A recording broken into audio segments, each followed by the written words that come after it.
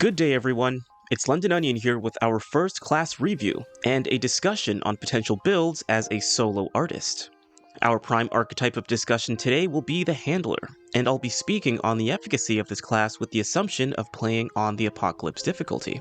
My general philosophy being that what works on the higher difficulties will usually work on the lower ones, and with greater leeway/room for user error. As for our itinerary, we'll first go through an overview of this class from a meta perspective, review the associated skills, then we'll conclude with the discussion on integrating a secondary archetype and synergizing loadout. As a small disclaimer, I'm still rather young with Remnant 2 and have plenty more to discover, so there is a chance that this discussion may need revision in the future. So first, our overview. Handler is a class of utility, versatility, and contingency. It's not clearly defined as an extreme, but a class that covers rudimentary aspects of combat and can play into the strengths of others as a supporter. Now, the main tool of this class is the Doggo Companion, who for the duration of this discussion will be nicknamed Rufus, and he can operate on three main orientations/skill settings: defense, support, and offense, respectively. Guard Dog, Support Dog, and Attack Dog. Each skill will vary in utility based on the playstyle and loadout of the handler, you, and the allies around them. Now, the handler can operate as a solo artist, but may likely benefit more from being on a team due to the team buffs that are offered as well as the core trait. Rufus can attack autonomously, but will also follow the direction of the handler as to which enemies to attack. Every attack by your doggo will apply a bleeding effect on the enemies it bites. One of the greatest contingencies of this class, especially for solo purposes, is that Rufus will automatically revive you, which is the bonded prime perk, provided he is not incapacitated, and this comes with a 90-second cooldown. When used with allies, they must have a relic charge for this perk to take effect. Another way to think of the handler class would be Mr. Nobody from John Wick, the 4th chapter. Combat styles as the handler are probably the most versatile due to the skill settings of Rufus, and this will transition us to our discussion on the skills for this class.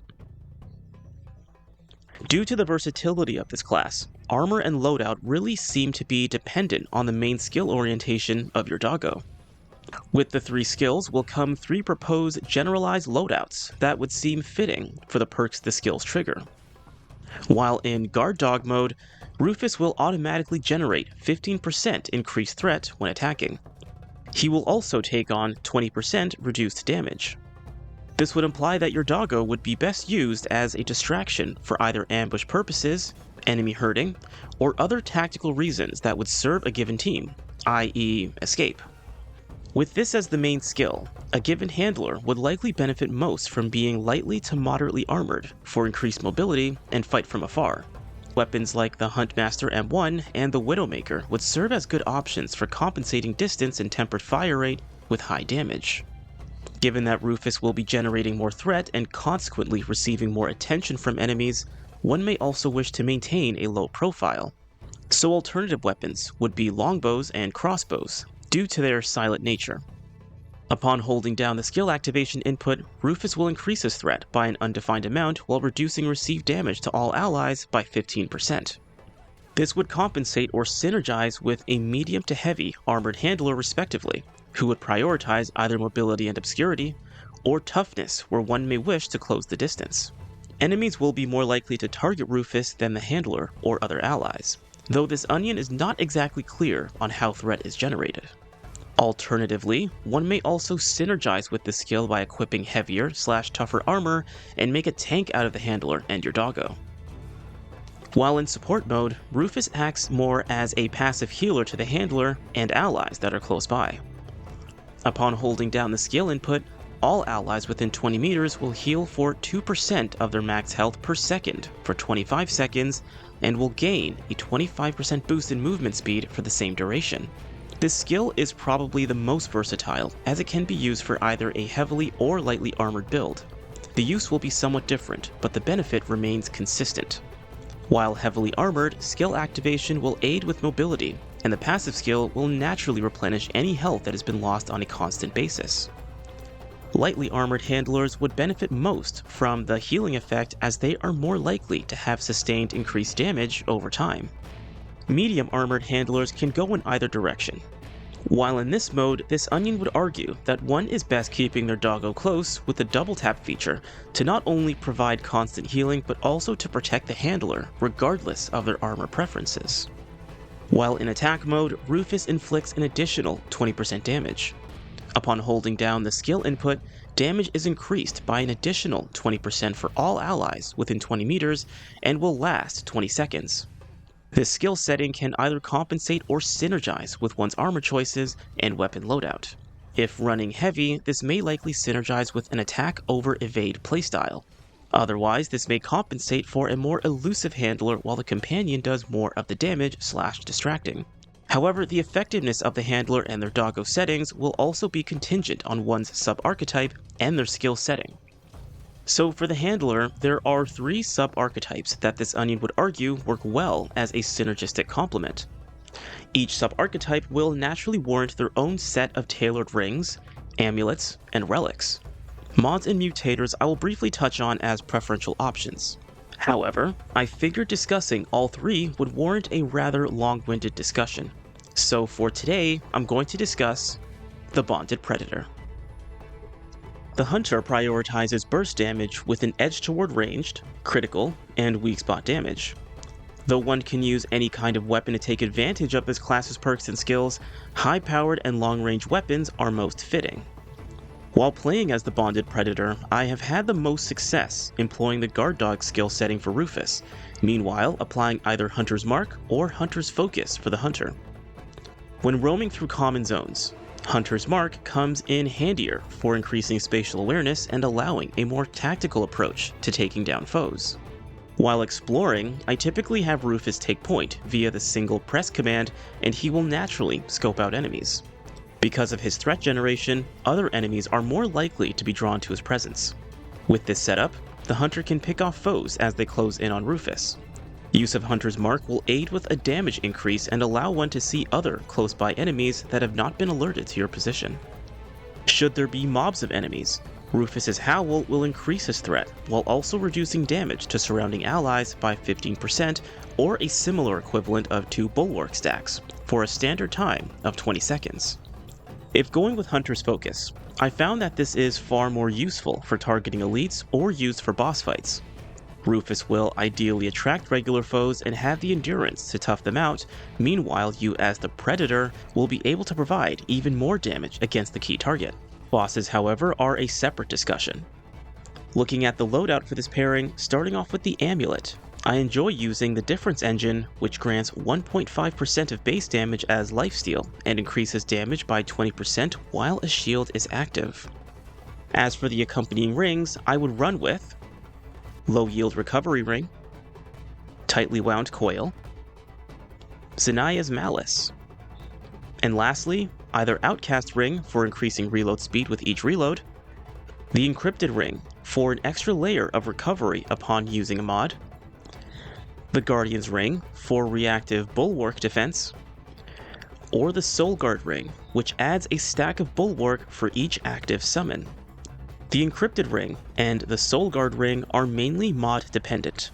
Meanwhile, Outcast Ring is mutator and weapon dependent. Assuming a light to moderate armor set, or for the sake of this discussion, we'll assume the Night Stalker Shroud, the Bonded Predator will naturally be lacking in direct defense, and this is compensated with recovery through the rings and amulet. Given the Hunter's strengths, using a single shot or low magazine weapon will ensure a constant shield, which will translate to a frequent means of lifesteal with landed shots. Regarding the options for the last ring, we'll first speak on the Soul Guard. Using the Soul Guard with either the Space Crabs mod or the Root Lash mod will maximize Bulwark defenses or increase defenses while adding some recovery respectively. When employing the Soul Guard method, the Space Crabs are a means of maximizing Bulwark stacks while also being offensive with the crabs. This can also serve as a means of getting out of a dangerous circumstance where perhaps one is severely outnumbered, or where health is too low for comfort. The crabs can be fired, Bulwark stacks maximized, and small/weaker enemies can be picked off with the crab's explosive nature. Additionally, the space crabs are a relatively inexpensive mod, and can consequently be replenished with ease through regular combat. The alternative option is Root Lash, another inexpensive mod with the same cost. Root Lash can be summoned twice, and naturally will not maximize bulwark stacks with the Soul Guard ring, nor will it inflict as much damage, but can compensate this reduction in comparative toughness and offense with increased health regeneration through lifesteal and a longer lasting duration. So there is a bit of a trade-off. Either maximize Bulwark and increase burst damage for a short period of time, or moderately increase Bulwark for a longer period of time and focus more on health regeneration. Rufus's skill setting may help determine the ideal choice. If he is in support mode, the space crabs would make more sense since faster regeneration would be at your disposal.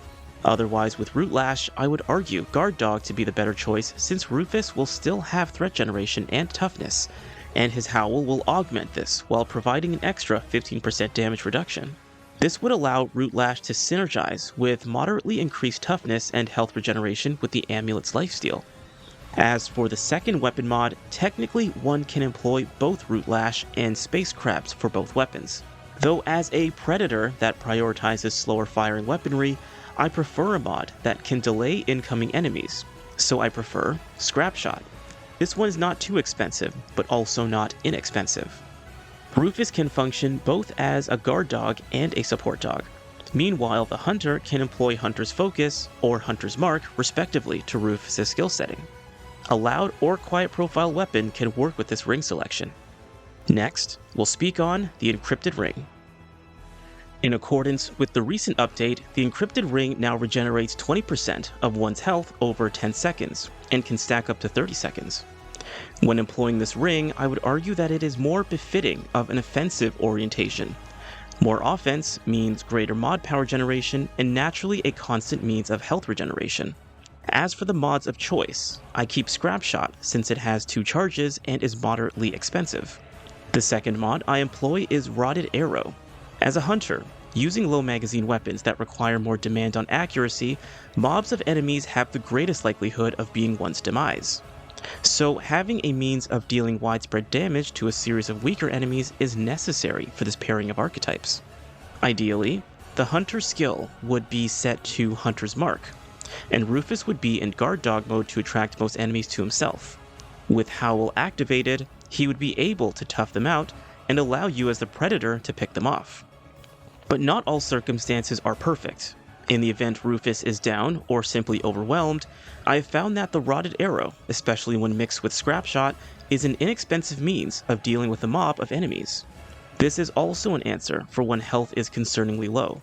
The Rotted Arrow comes with 3 charges, which could translate to 60% of one's health regenerated over 30 seconds, in addition to whatever kills one may gain for low yield recovery, as well as lifesteal from the Difference Engine and tightly wound coil.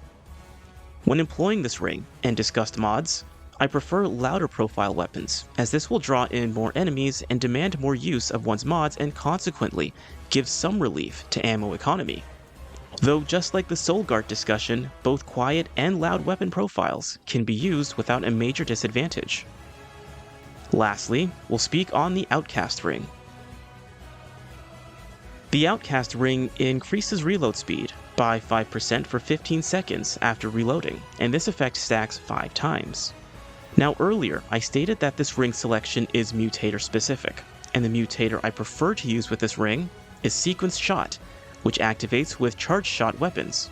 The charge time of subsequent charged shots decreased by 10% for 3 seconds at base level.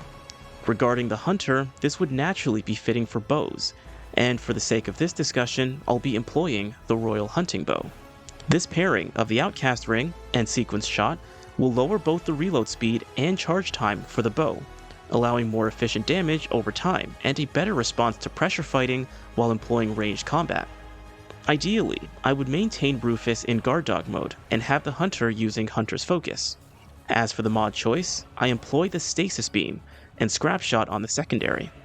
This skill orientation and ring selection are intended to make quick work of both weak and elite enemies. Stasis Beam and Hunter's Mark will create a perfect means for eliminating elites with weak spot hits, and Hunter's Mark with Zanai's Malice will increase the efficacy of this process. Additionally, Scrap Shot and Rufus's threat generation should keep other targets at bay long enough to deal significant damage. Lastly, with Sequence Shot and Outcast Ring, surrounding enemies can be eliminated with efficiency. The main downside of this set of rings is the health regeneration. One is now limited to low yield recovery and the difference engine for lifesteal. This is made more efficient with Outcast Ring and Sequence Shot, though the efficacy is far lower than the Encrypted Ring. Theoretically, the Encrypted Ring could replace the low yield recovery ring.